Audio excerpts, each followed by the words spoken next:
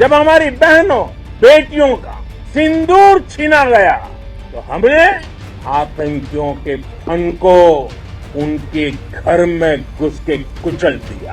भारत माता की जय।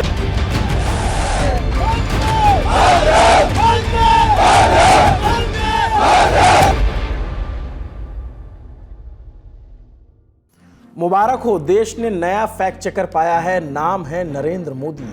यहाँ पड़ोसी के हर झूठ को एचडी वीडियोस के सहारे तसल्ली बख्श तरीके से फैक्ट चेक किया जाता है। जमीन पर खड़े होकर किया जाता है, एयरबेस दिखाकर किया जाता है। फैक्ट चेक की जरूरत डोनाल्ड ट्रंप के बयान पर भी पड़ी। ट्रुथ सोशल ऐप पर फॉल्स बोलने का जो सिलसिला था वो जब बयानों में बदला तो उसका फैक्ट चेक भी विदेश मंत्रालय के हवाले से होता दिखा। विदेशों के अलावा प्रदेशों की भी बात होगी। नेताओं की फिसलती जुबान ऐसे फिसली कि देश के सैनिकों का भी लिहाज नहीं किया गया। शो में आज सबकी बात होगी। चलेंगे जम्मू कश्मीर, जहां 3 आतंकियों को ढेर किया गया, उनके मंसूबे जानेंगे कि क्या कुछ और ड्रोन भी बॉर्डर पार से आ रहे हैं, और ये भी कि कौन से पोस्टर हैं जिनके चिपक जाने के बाद पहलगाम के आतंकियों को बचने का जो सिलसिला है वो बचने का सिलसिला टूटेगा, उनके छिपने का जरिया बंद हो जाएगा। नमस्ते, अभिनव पांडे नाम है हमारा और आप देखना शुरू कर चुके हैं Lalan top show. Brought to you by Sensodyne K, Candid and Higher. SLS और पैराबेन गॉन तो उसका करंट ऑन। What then? इसके पोटेशियम आयंस करी टूट का करंट गॉन, लाइव का करंट ऑन। सीधे खबर पर आते हैं। प्रधानमंत्री नरेंद्र मोदी 13 मई की सुबह आदमपुर पहुंचे। आदमपुर एयरबेस पंजाब के जलंधर के पास स्थित इस बेस पर पीएम मोदी ने वायुसेना के जवानों से मुलाकात की। इस दौरान air chief marshal Amarpreet Singh मौजूद रहे। प्रधानमंत्री ने सबका हाल जाना, सबके साथ मिलकर के उनकी पीठ थपथपाई, भारत माता की जय के नारे लगाए। जोश भरी तस्वीरें एक्स पर डालते हुए प्रधानमंत्री ने लिखा, इस सुबह मैं आदमपुर एएफएस पहुंचा। हमारे बहादुर योद्धाओं और जवानों से मिला साहस, दृढ़ संकल्प और निडरता के प्रतीक लोगों के साथ रहना एक बहुत ही खास अनुभव था। भारत के सशस्त्र बल जो करते हैं उसके लिए देश हमेशा आभारी रहेगा। प्रधानमंत्री ने आदमपुर एयरबेस के लिए दिल्ली के पालम एयरपोर्ट से सुबह 7 बजे उड़ान भरी। एक दिन पहले ही राष्ट्र के नाम संबोधन में प्रधानमंत्री ने आतंक के खिलाफ नई लकीर खींच दी थी और वो बात स्पष्ट हो गई अगले दिन जब वो आदमपुर पहुंचे। आदमपुर से आई इन तस्वीरों ने न्यू नॉर्मल की तस्दीक कर दी। जवान और प्रधानमंत्री हंसते मुस्कुराते आए, मिले। इन तस्वीरों ने आतंक के खिलाफ भारत की प्रभावी कार्रवाई पर मुहर लगा दी। माता की भारत माता की भारत माता की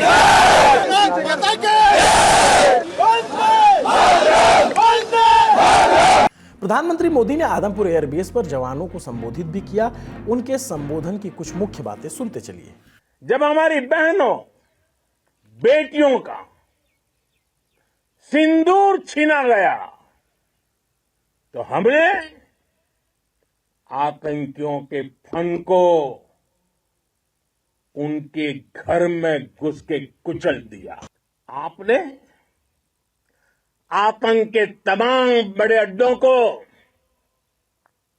मिट्टी में मिला दिया। आतंक के आकाओं को अब समझ आ गया है, भारत की ओर नजर उठाने का एक ही अंजाम होगा, तबाही। हमारा लक्ष्य पाकिस्तान के अंदर टेरर हेडक्वार्टर्स को हिट करने का था, आतंकियों को हिट करने का था, लेकिन पाकिस्तान ने अपने यात्री विमानों को सामने करके जो साजिश की रची, मैं कल्पना कर सकता हूं वो पल कितना कठिन होगा जब सिविलियन एयरक्राफ्ट दिख रहा है। और मुझे गर्व है, आपने बहुत सावधानी से, बहुत सतर्कता से सिविलियन एयरक्राफ्ट को नुकसान किए बिना कमाल करके दिखाया, उसका जवाब दे दिया।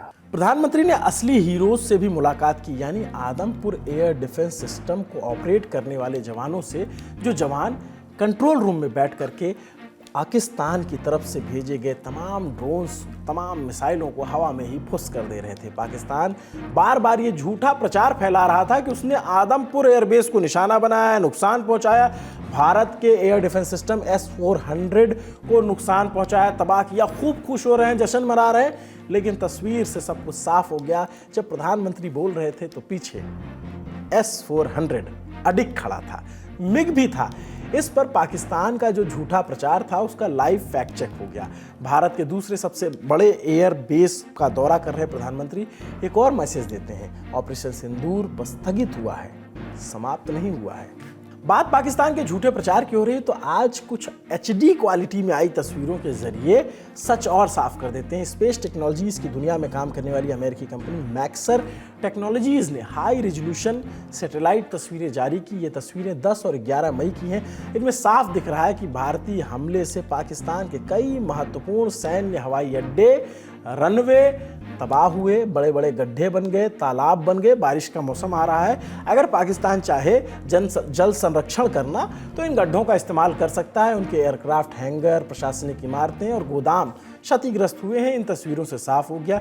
इन सैन्य अड्डों की जो तस्वीर आई उनकी थोड़ी डिटेल जानकारी दे देते हैं। सुक्कुर हवाई अड्डा, ये पाकिस्तान वायुसेना का एक महत्वपूर्ण अड्डा है। बेगम नुसरत भुट्टो इंटरनेशनल एयरपोर्ट के तौर पे जाना जाता है क्योंकि यहाँ से यात्री विमान भी उड़ते हैं। कराची के जिन्ना एयरपोर्ट के बाद ये सिंध का दूसरा सबसे बड़ा नागरिक और सैन्य हवाई अड्डा है। तस्वीरों में एक एयरक्राफ्ट शेल्टर पूरी तरीके से नष्ट दिख रहा है। एक और एयरबेस जिसका वीडियो जारी किया सेना ने, नूर खान एयरबेस रावलपिंडी में, वही रावलपिंडी जहां पाकिस्तान की सेना की जान बसती है।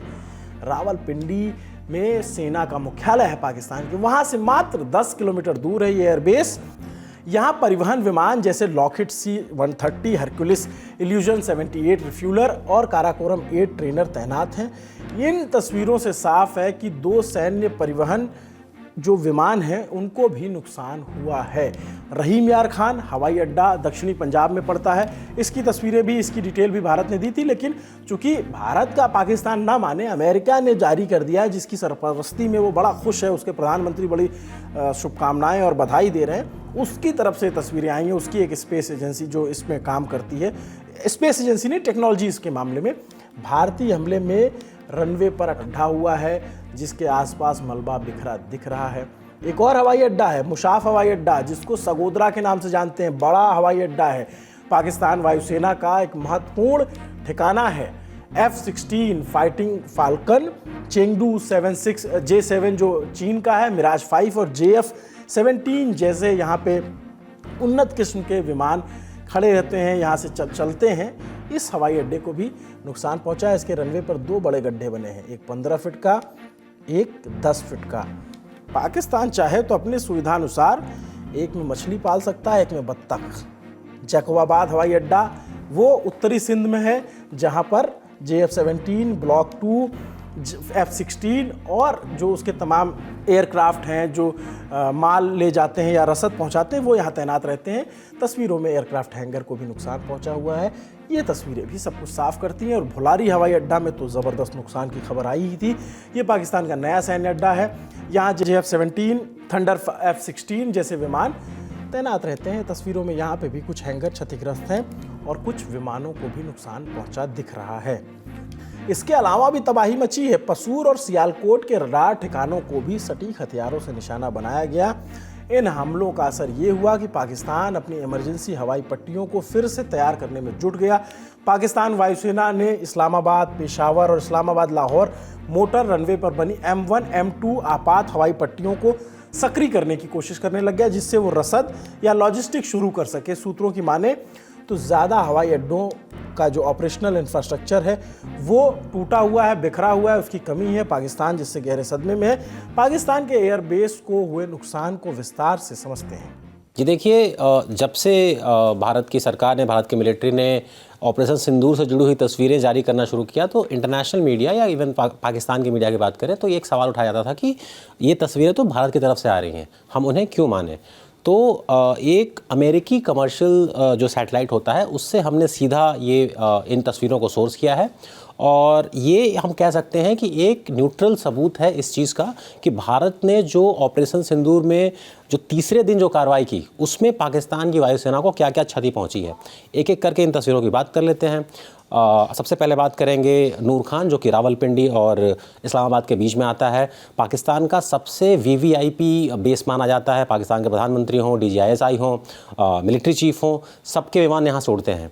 जो ख़ास बात है इन सारी तस्वीरों की, एक भी निशाना चूका नहीं है। या तो वो हवाई पट्टी एयर स्ट्रिप के बीच में लगा है या किसी ना किसी बिल्डिंग को टारगेट किया जो कि बहुत ही क्रिटिकल है।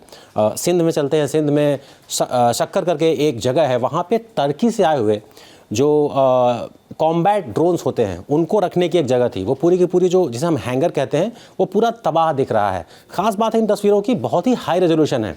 1 पिक्सल का साइज़ बताएं तो करीब करीब 3 सेंटीमीटर का होता है। इतनी माइन्यूट अगर हम बात करें तो उसका रेजोल्यूशन होता है। इस वजह से बहुत साफ साफ आप देख सकते हैं।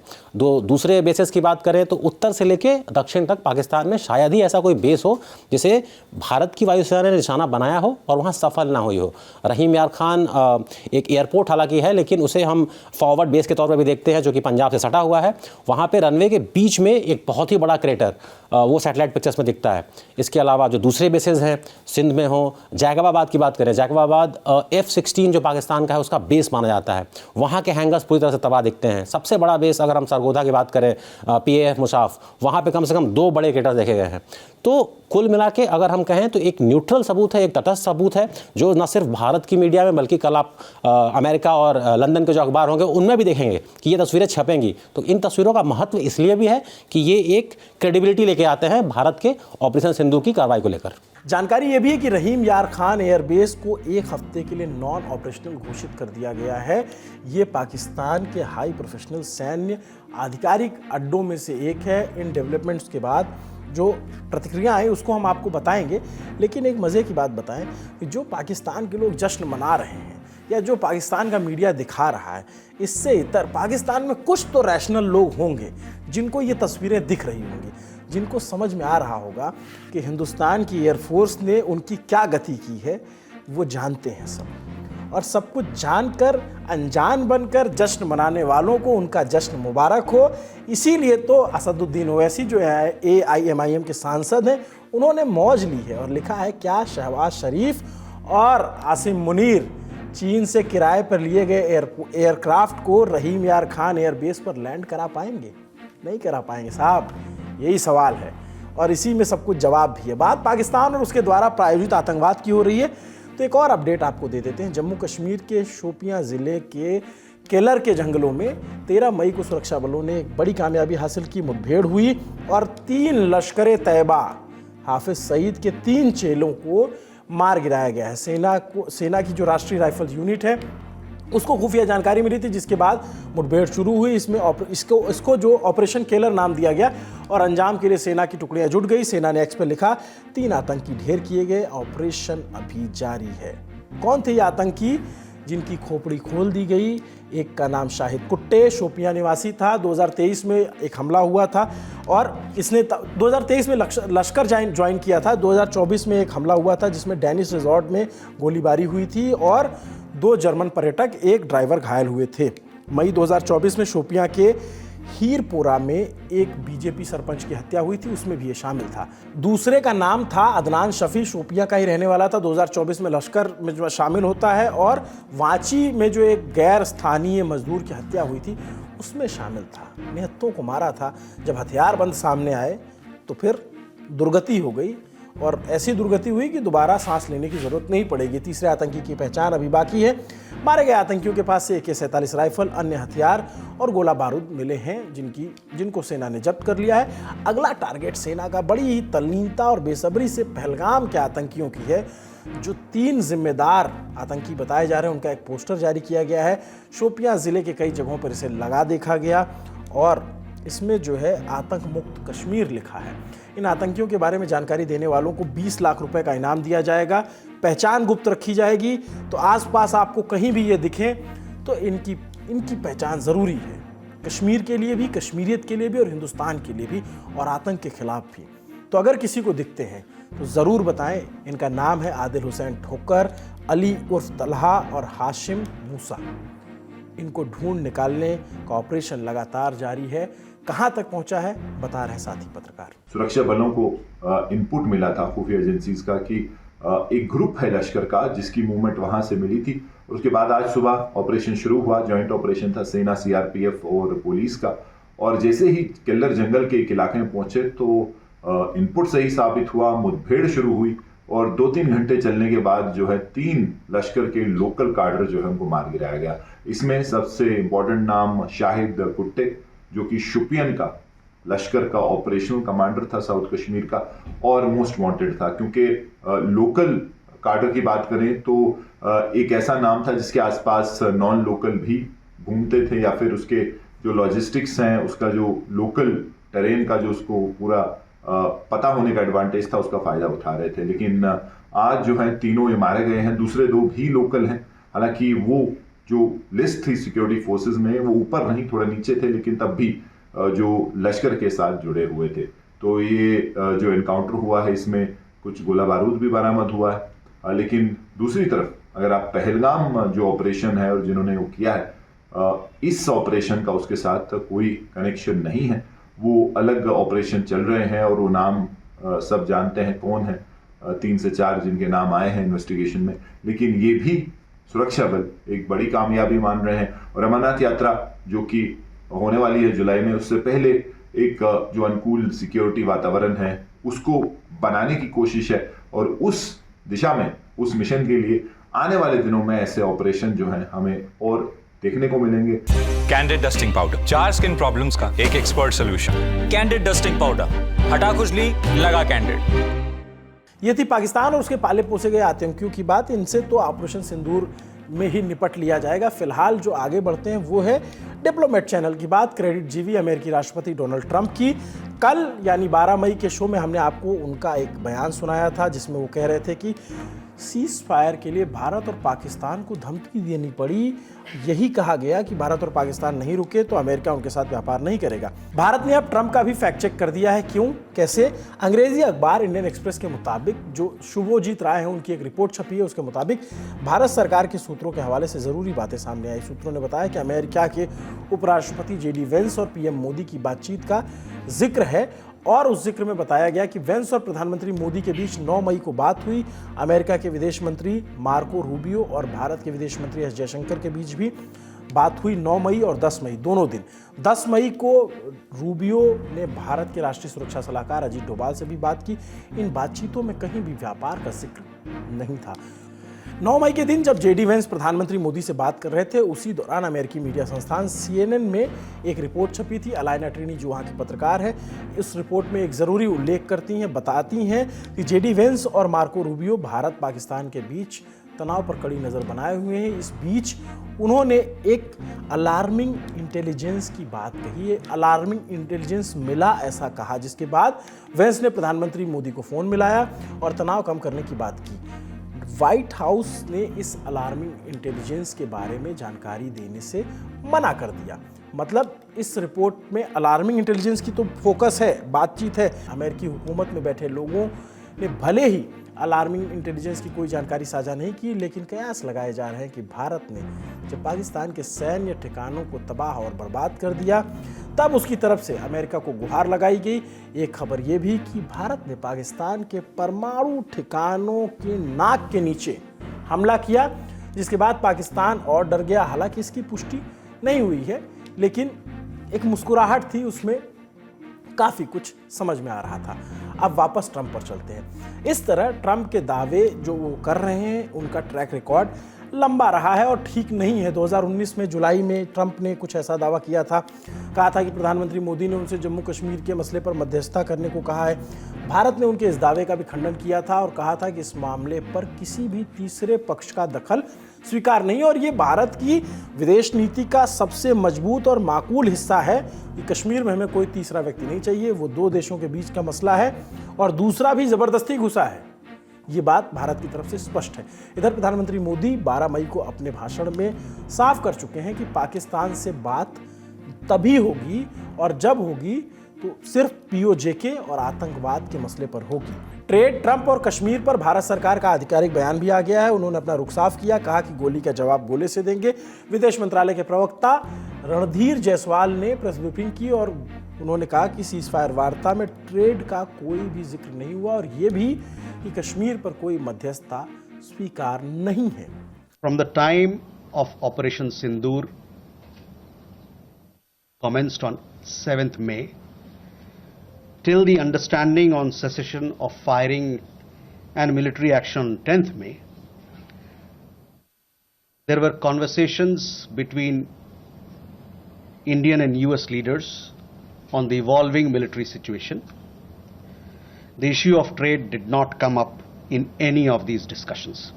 हमारा लंबे अरसे से यही राष्ट्रीय पक्ष रहा है कि भारतीय केंद्र शासित प्रदेश जम्मू और कश्मीर से संबंधित किसी भी मुद्दे को भारत और पाकिस्तान को द्विपक्षीय तरीके से ही हल करना है। इस स्थिति में कोई बदलाव नहीं हुआ है। जैसा कि आप जानते हैं, लंबित मामला केवल पाकिस्तान द्वारा अवैध रूप से कब्जा किए गए भारतीय क्षेत्र को खाली करने का है। इधर भारत में विपक्ष कुछ बातों को लेकर सवाल उठा रहा है, पूछ रहा है कि आखिर ऐसे कैसे हो सकता है कि सीज फायर की बात सबसे पहले ट्रंप ने की। क्या भारत सरकार और ट्रंप के बीच सच में इस तरह की कोई वार्ता हुई थी जैसा ट्रंप की तरफ से कहा जा रहा है? इन सवालों के जवाब पर विपक्ष चाहता है कि संसद का विशेष सत्र बुलाया जाए और उसकी मांग हो रही है। क्या राष्ट्रपति ट्रंप की ओर से, उपराष्ट्रपति वांस की ओर से, सेक्रेटरी ऑफ स्टेट रूबियो की ओर से जो बयान आ रहे हैं, ये हमारा क्या रवैया है? हम क्या चाहते हैं? हमारा रुख क्या है? विदेश मंत्री चुप हैं, राष्ट्रीय सलाहकार जो सुरक्षा सलाहकार हैं वो चुप हैं, प्रधानमंत्री तो अपनी चुप्पी तोड़ते ही नहीं है किसी मामलों पर। प्रेसिडेंट साहब हैं अमेरिका के, हमारे अधिकारी घोषणा से पहले सीज फायर अनाउंस करते हैं, अगले दिन वो कश्मीर को लेकर के तथ्य विहीन, आधार विहीन बयान देते हैं और कल हमारे माननीय प्रधानमंत्री जी के 8 बजे वाले भाषण से चंद मिनट पूर्व वो कहते हैं कि हमने तिजारत की धौंस दिखा दी। ये भारत जैसे राष्ट्र की प्रतिष्ठा, ये पक्ष विपक्ष का मामला नहीं है। इधर बीजेपी नेताओं ने ऑपरेशन सिंदूर को लेकर के तिरंगा अभियान शुरू कर दिया। 13 मई के रोज कई इलाकों से ऐसे दृश्य देखने को मिले। आज पूरे दिल्ली के लोग बाहर आए हैं हमारी सेना के समर्थन में और ये बात स्पष्ट है कि देश पूरी तरीके से एकजुट है। देश के ऊपर कोई भी भारी शक्ति अगर हमला करेगी तो प्रधानमंत्री जी कहते हैं कि भारत पहले हमला करेगा नहीं, अगर कोई हमारे ऊपर हमला करेगा तो छोड़ेगा नहीं। एक तरफ कैसे संवेदनशील और महत्वपूर्ण समय में देश के नागरिकों और राजनेताओं को सबको एक करके दिखाया था और संयम की तस्वीरें देखने को मिली थी, लेकिन दूसरी तरफ कुछ नेता हैं जिनके शब्दों की मर्यादा संभलती नहीं उनसे। मध्य प्रदेश सरकार में कैबिनेट मंत्री विजय शाह ने भारतीय सेना की कर्नल सोफिया कुरैशी के बारे में एक ऐसा बयान दिया जिसे कोई भी भारतीय नागरिक पसंद नहीं कर रहा है। वो इंदौर के महू में हुए एक कार्यक्रम में बोल रहे थे और उन्होंने जिस तरीके की बात कही, पहलगाम में हमारी बेटियों का सिंदूर उजाड़ा था, प्रधानमंत्री ने उनकी ही बहन को भेजकर उन्हें जवाब दिया। निहायत ही घटिया, निहायत ही बेतुकी बात ये एक मंत्री ने कही जिससे ये उम्मीद नहीं की जा सकती है। विजय शाह न जाने कैसे कर्नल सोफिया को धार्मिक लाइन पर ले जाकर के इस तरीके से बात करते हैं। देश ने उसी दिन साफ कर दिया था, सेना ने, सरकार ने सब कुछ साफ कर दिया था। सम्मानित सैनिक हैं बल्कि इस देश की बहन भी है। आतंकवादियों के साथ खड़ा करने पर जो उन्होंने कोशिश की वो ये भूल गए कि ऑपरेशन सिंदूर के दौरान भारतीय सेना ने बार बार देश में धर्मनिरपेक्ष ढांचे पर जोर दिया था। कर्नल सोफिया कुरैशी ने ही कहा था कि भारत की सेनाएं देश के संवैधानिक मूल्यों की सुंदर झलक है। हम भी ये कहना चाहते हैं कि भारत देश का संविधान पहचान के आधार पर लोगों के बीच कोई भेदभाव नहीं करता, लोगों को उनके कर्तव्यों की कसौटी पर तौला जाता है। ये बात विजय शाह को समझ में आनी चाहिए। विजय शाह ने इससे पहले भी एक बयान दिया था, उनके बयान की आलोचना तब भी हुई थी, इस समय भी उन्होंने जब बयान दिया तो खूब आलोचना हुई, सफाई दी और फिर कहने लग गए कि उनके बयान को गलत संदर्भ में काट के दिखाया गया है। विजय शाह की एक हिस्ट्री रही, इससे पहले वो भी महिलाओं को लेकर अभद्र टिप्पणी कर चुके हैं। 2013 में उन्होंने राज्य के तत्कालीन मुख्यमंत्री शिवराज सिंह चौहान की पत्नी को लेकर विवादित बयान दिया था, आलोचना हुई और तब विजय शाह को मंत्री पद से इस्तीफा देना पड़ा था। और अब भी विपक्ष और देश के कई लोग, तमाम सम्मानित लोग ये मांग कर रहे हैं कि विजय शाह को इस्तीफा देना चाहिए ताकि देश में मैसेज जाए और मैसेज इतना स्पष्ट हो कि देश की सेना के किसी अधिकारी पर इस तरीके की टिप्पणी बर्दाश्त नहीं की जाएगी। अब चलते हैं दूसरे अपडेट्स के लिए। पीटीआई जो न्यूज़ एजेंसी है उसने एक ज़रूरी जानकारी दी है। देश के विदेश सचिव विक्रम मिस्री 19 मई को विदेश मामलों पर संसद की समिति को ब्रीफ जानकारी देंगे। कांग्रेस सांसद शशि थरूर इस समिति के अध्यक्ष हैं। सीज फायर के बाद भारत पाकिस्तान के बीच मौजूदा हालात के बारे में समिति को ब्रीफ किया जाएगा। शो में अब वक्त है सीमावर्ती इलाकों का हाल जानने का। सीज फायर अंडरस्टैंडिंग के बाद इन इलाकों में जीवन फिर से पटरी पर आता दिख रहा है। जम्मू कश्मीर के हंसते खिलखिलाते बच्चे स्कूल जाते दिखे, बाजारों में लोग सब्जियां खरीदते दिखे। इस बीच राज्य के मुख्यमंत्री उमर अब्दुल्ला ने पाकिस्तान की गोलीबारी से प्रभावित हुए इलाकों का दौरा किया। यहाँ जहाँ मैं गया, लोकल लोगों की तरफ से एक बात जरूर आई कि हमें इंडिविजुअल बंकर्स जो हैं वो बनाने चाहिए। इसके लिए गवर्नमेंट एक पॉलिसी इख्तियार करके जो भी हमें करना होगा इन इलाकों में, खासकर जो सरहद और एलओसी के करीब लोग रहते हैं उनके लिए बंकर्स वगैरह का, उसके लिए हम एक स्कीम कायम करके फिर मरकजी हुकूमत से भी बात करेंगे। बीती रात ऐसी अपुष्ट खबरें आई थी कि कुछ इलाकों में एक बार फिर से पाकिस्तानी ड्रोन्स देखे गए। वीडियो भी चले जिनमें इन ड्रोन्स को लेकर के दिखाया गया कि क्या तस्वीरें, हालांकि वीडियो कब के थे, कहां के थे, ये स्पष्ट नहीं हो पाया। सेना के सूत्रों ने कहा कि सीज फायर वायलेशन नहीं हुआ है। ज़्यादा जानकारी दे रहे हैं ग्राउंड पर मौजूद हमारे साथी सिद्धांत और विजय। देखिए, जम्मू कश्मीर में ऑलमोस्ट कल की तारीख में शांति रही है।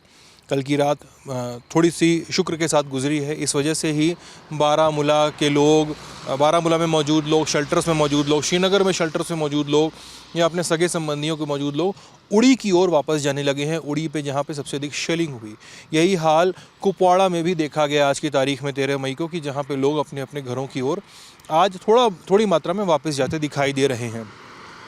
सीएम उमर अब्दुल्ला समेत जो तमाम नेता हैं इस प्रदेश के, वो अलग अलग जगहों का दौरा कर रहे हैं, लोगों से मिल रहे हैं। जहाँ तक ड्रोन्स की बात है, ड्रोन्स सांबा में कल रात देखे गए, इंटरसेप्ट किया गया। वहीं पंजाब के भी कुछ इलाकों में, सीमावर्ती इलाकों में देखे गए, राजस्थान के भी कुछ सीमावर्ती इलाकों में देखे गए। ऐसी खबरें हमारे सामने आई। ये ड्रोन्स को सीज़ फायर माना जाए या ना माना जाए, इस पर एक थिन लाइन है। क्या वो ड्रोन सर्विलांस ड्रोन्स थे या वो ड्रोन आर्टिलरी फायर करने के लिए आए थे या किसी प्रोजेक्टाइल को लेकर आए थे जिसको ड्रॉप किया जाना था, इसको लेकर क्लैरिटी नहीं है। सोर्सेज बताते हैं कि ड्रोन जो आ रहे हैं वो 2-3 मकसद से आ सकते हैं। पहला मकसद हो सकता है ड्रोन्स का कि वो बॉम्ब गिराने आ रहे हों हमारे ठिकानों पे। दूसरा मकसद हो रहा है कि ड्रोन ये जानने आ रहे हों कि आर्मी कि उनकी ब्रिगेड हेडक्वार्टर, उनकी मिशन डिपो, उनकी सप्लाई डिपो, उनकी पोजीशनिंग कहाँ है, या बड़े प्रोजेक्ट्स कहाँ है, या जैसे एनएचपीसी का प्रोजेक्ट है उड़ी में जिस पे शेलिंग की गई थी, वो प्रोजेक्ट्स कहाँ हैं, उनको स्पॉट किया जाए ड्रोन की मदद से। इस वजह से इसके बाद उन पर शेलिंग की जाए। एक और रीज़न हो सकता है कि ड्रोन की वजह से गाइड किया जाए मिसाइल सिस्टम्स को जो वहाँ पे पाकिस्तान में मौजूद हैं, या आर्टिलरी सिस्टम जो भी पाकिस्तान में मौजूद है, उसको गाइड किया जाए। ड्रोन का असल इस्तेमाल अभी तक समझ में नहीं आया। जब तक ये जानकारी सामने नहीं आएगी कि जो ड्रोन्स आए हैं उनमें से कितने एक्सप्लोजिव इक्विप्ड थे, कितने कैमरा इक्विप्ड थे, कितने सर्विलांस के लिए थे, कितने अटैक के लिए थे, तब तक ये कह पाना मुश्किल है। लेकिन ड्रोन स्पॉट किए जा रहे हैं और उन्हें इंटरसेप्ट भी किया जा रहा है, ये बात तो तय माननी चाहिए। कई अपुष्ट वीडियो इस समय लगातार सोशल मीडिया पर चल रहे हैं, इसलिए फैक्ट चेक की जरूरी है और इसके लिए हम रुक करते हैं अपने साथी शुभम का। भारत और पाकिस्तान के बीच सीज फायर का तो ऐलान हो गया है, लेकिन सोशल मीडिया पर अभी झूठे दावों पर सीज फायर लगना बाकी है। पोस्ट और वीडियो के जरिए कई दावे शेयर किए गए हैं। दावा नंबर 1, एक वीडियो वायरल है जिसमें कुछ सुरक्षाकर्मी डांस करते हुए नजर आ रहे हैं। वीडियो को शेयर करके इसे भारत पाकिस्तान के बीच हालिया तनाव के बाद का बताया जा रहा है। कहा जा रहा है कि पाकिस्तान और चीन के सैनिक दोनों देशों के बीच पड़ने वाले खुंजरेब सीमा के पास एक साथ डांस कर रहे हैं। सच्चाई क्या है? इसकी सच्चाई जानने के लिए जब हमने वीडियो के एक की फ्रेम को रिवर्स सर्च किया तो मालूम पड़ा यह वीडियो इंटरनेट पे कम से कम 6 साल पहले से मौजूद है। इसका हालिया संघर्ष से कोई संबंध नहीं है। दावा नंबर 2, टीएमसी कांग्रेस के सांसद कल्याण बनर्जी का एक वीडियो वायरल किया जा रहा है जिसमें वह संसद के अंदर अपने चिर परिचित अंदाज में अपनी बात रख रहे हैं। ये वीडियो देखिए। अब की बार 400 पार खेल शुरू हो गया था सर, वो गेम में भी हारा गया। उनके इस वीडियो को शेयर करके कई पाकिस्तानी हैंडल दावा कर रहे हैं कि भारत में विपक्ष के नेता ने ऑपरेशन सिंदूर के दौरान भारतीय वायुसेना के राफेल लड़ाकू विमान के कथित क्रैश की नकल करके पीएम नरेंद्र मोदी का मजाक उड़ाया। सच्चाई क्या है? सच्चाई यह है कि ऐसा कुछ भी नहीं हुआ है। यह दावा भ्रामक है। कल्याण बनर्जी का वायरल वीडियो जुलाई 2024 का है जिसे आप संसद टीवी के यूट्यूब चैनल पर देख सकते हैं। इस वीडियो में टीएमसी सांसद कल्याण बनर्जी लोकसभा में राष्ट्रपति के अभिभाषण पर धन्यवाद प्रस्ताव के दौरान अपनी बात रख रहे थे। दावा नंबर 3, अमेरिकी मीडिया संस्थान CNN का एक कथित ग्राफिक प्लेट शेयर करके कहा जा रहा है कि ऑपरेशन सिंदूर में भारत को पाकिस्तान से ज्यादा नुकसान हुआ है। कहा जा रहा है कि भारत को इस संघर्ष में 6 जेट और 533 ड्रोन का नुकसान हुआ, जबकि पाकिस्तान को एक भी जेट का नुकसान नहीं उठाना पड़ा। हमने CNN की वेबसाइट और सोशल मीडिया हैंडल को खंगाला। हमें कहीं भी यह ग्राफिक प्लेट या इस तरह की कोई रिपोर्ट नहीं मिली। CNN के एशिया पैसिफिक के पब्लिक रिलेशन के डायरेक्टर डेसमंड चुंग ने इंडिया टुडे से बातचीत में वायरल ग्राफिक प्लेट को भ्रामक बताया है। हम जानते हैं कि पाकिस्तान की गोलीबारी में भारत के सीमावर्ती इलाकों में नुकसान हुआ है। संपत्ति का नुकसान तो हुआ ही है, निर्दोषों की जान भी गई है। ऐसे में ज़रूरत है इन जख्मों पर मरहम लगाने की। हमें पूरी उम्मीद है कि हमारे नीति नियंता, नीति निर्माता इस बात का ध्यान रखेंगे और सारे ज़रूरी कदम उठाएंगे, क्योंकि जिनके घर उजड़े हैं, जिनके लाखों की संपत्तियां बर्बाद हुई, जिन्होंने जीवन भर पूंजी लगा करके कुछ अर्जित किया, उस पर तबाही मची है, उस पर गोलियों के, उस पर शेल के निशान हैं, उसको मरहम की तरह मिटाने, उस पर मरहम लगाने का काम जो है वो भारत सरकार और राज्य की सरकार करेगी। क्योंकि पाकिस्तान सब जानते हैं कि एक रेंटियर कंट्री है। उसकी सरकार, उसकी सेना सब कुछ ठेके पर काम करती है और दूसरों के ठेंगे पर काम करती है। तो वो तो कहीं से भीख मांगकर पैसा ले आएंगे और अपना कुछ ठीक कर लेंगे, लेकिन हमारे लोगों के लिए अभी ज़रूरत है कि सरकार उनका साथ दे। दिन की बड़ी खबर में इतना ही। अब चलते हैं सुर्खियों की तरफ।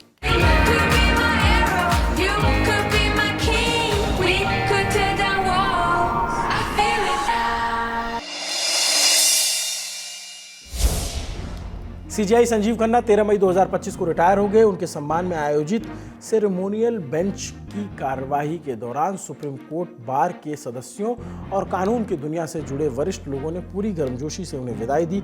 Attorney general R Venkataramani CJI Khanna के फैसलों की स्पष्टता और सरलता की प्रशंसा की। सॉलिसिटर जनरल तुषार मेहता ने कहा कि सीजीआई ने सभी मामलों की सुनवाई धैर्य के साथ की। सुप्रीम कोर्ट बार एसोसिएशन के अध्यक्ष कपिल सिब्बल ने कहा कि सीजीआई खन्ना की स्पष्टता ने सबको प्रभावित किया। जाते जाते सीजीआई खन्ना एक मैसेज भी दे गए। बोले, न्यायपालिका पर लोगों का भरोसा अर्जित किया जाता है, इसे थोपा या कमांड नहीं किया जा सकता। कितनी बड़ी बात कह दी। दी ललन टॉप भी सीजीआई खन्ना के शानदार करियर के लिए उनको बधाई और भविष्य के लिए शुभकामनाएं देता है। चलते चलते उन पर जो उन्होंने 6 महीनों के भीतर जो एक छोटे से कार्यकाल में कुछ प्रमुख फैसले दिए, उस पर नजर डाल लेते हैं। धर्मनिरपेक्षता, समाजवाद संविधान की मूल आत्मा का हिस्सा है, ये वो अपने एक फैसले से स्पष्ट कर गए। 1976 में 42वें संशोधन के बाद संविधान की प्रस्तावना में सेकुलरिज्म और सोशलिज्म शब्द जोड़े गए थे। इसे हटाने के लिए 3 याचिकाएं दायर की गई। सीजीआई खन्ना की बेंच ने इन्हें न सिर्फ खारिज किया बल्कि याचिकाकर्ताओं की क्लास भी लगाई। कहा, ये शब्द सिर्फ शब्द नहीं है, संविधान की मूल आत्मा का हिस्सा है। दूसरा एक बड़ा फैसला उन्होंने मंदिर मस्जिद विवाद पर दिया था, उसको रोक लगाने की कोशिश की। कुछ अदालतों ने मस्जिदों के नीचे मंदिरों के अवशेष होने के दावों पर उनका सर्वेक्षण करने का आदेश दिए। 1991 के प्लेसेस ऑफ वर्शिप एक्ट को लेकर के बहस छिड़ी। 12 दिसंबर 2024 को सुप्रीम कोर्ट की बेंच ने एक आदेश दिया। इस बेंच में सीजीआई खन्ना भी थे। उन्होंने कहा, जब तक इस एक्ट पर सुनवाई नहीं हो जाती है तब तक मस्जिद या मंदिर को लेकर कोई भी केस फाइल नहीं किया जाएगा। निचली अदालतें किसी भी धार्मिक स्थल के सर्वे का आदेश जारी नहीं करेंगी। एक महत्वपूर्ण फैसला था। इससे पहले भी वो इलेक्टोरल बॉन्ड, अनुच्छेद 370 को निरस्त करने और दिल्ली के पूर्व मुख्यमंत्री अरविंद केजरीवाल को अंतरिम जमानत देने वाले फैसलों में शामिल रहे थे। सीजीआई संजीव खन्ना के रिटायर होने के बाद जस्टिस बीआर गवई देश के अगले सीजीआई होंगे। वो चीफ जस्टिस ऑफ इंडिया बनने वाले दूसरे दलित हैं। इससे पहले केजी बालाकृष्णन बन चुके हैं। उनके पिता रामकृष्ण सूर्यभान गवई बिहार के पूर्व राज्यपाल थे। जस्टिस गवई 24 मई 2019 से सुप्रीम कोर्ट में जज हैं। अब उनके कंधों पर एक बड़ी जिम्मेदारी आने वाली है। उनको भी खूब सारी शुभकामनाएं। दूसरी सुर्खी तमिलनाडु से। तमिलनाडु के पोलाची रेप ब्लैकमेल केस में कोयम्बटूर की महिला अदालत ने फैसला सुना दिया है। जज नंदिनी देवी ने सभी 9 आरोपियों को दोषी पाया है और उन्हें आजीवन कारावास की सजा सुनाई। दोषियों के नाम आपकी स्क्रीन पर चल रहे हैं, आप देख सकते हैं। ये वो तमाम लोग हैं जिन पर आरोप थे कि उन्होंने रेप किया और फिर उसे ब्लैकमेलिंग के लिए इस्तेमाल किया। इन सभी पर क्रिमिनल केस को क्रिमिनल कॉन्स्पिरेंसी, यौन उत्पीड़न, रेप, गैंग रेप और वसूली की धाराएं लगाई गई। अदालत ने पीड़िताओं को 85 लाख रुपए मुआवजा देने का भी आदेश दिया है। साल 2019 में ये मामला सामने आया था।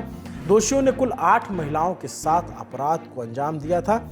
ये महिलाओं को झांसा देकर बुलाते थे और फिर यौन शोषण करते थे, उनके साथ बलात्कार करते थे। दोषियों ने इसके वीडियो भी रिकॉर्ड किए और विक्टिम को ब्लैकमेल किया, पैसे वसूलने की धमकी दी थी। रेप का मामला एक पीड़ित की चोरी की जुड़ी हुई शिकायत के बाद लाइमलाइट में आया। जांच के बाद मामले की गंभीरता का पता चला। फिर तमिलनाडु पुलिस ने एक एसआईटी बनाई। 9 आरोपियों को गिरफ्तार किया गया। दबाव बढ़ा तो जांच सीबीआई को सौंपी गई और अब फाइनल फैसला आ गया है। इनको आजीवन कारावास हो चुकी है। तो आज के ललन टॉप शो में इतना ही। अपना और अपनों का खूब ख्याल रखिए। देश सर्वोपरि है, सर्वोपरि रहेगा। शुक्रिया।